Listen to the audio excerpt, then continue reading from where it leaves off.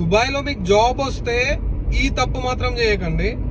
మీరు labour contract అనేది తీసుకొని దాంట్లో ఎటువంటి టర్మ్స్ అండ్ కండిషన్స్ కంపెనీ మీకు పెట్టిందో చూడండి. ఎందుకంటే చాలా కంపెనీస్ మీరు 6 months లోపల ఆర్ ఎల్ 6 months తర్వాత రిజైన్ చేసినప్పుడు కొన్ని కంపెనీస్ డబ్బులు కట్టమని చెప్పి అడుగుతాయి అనమాట.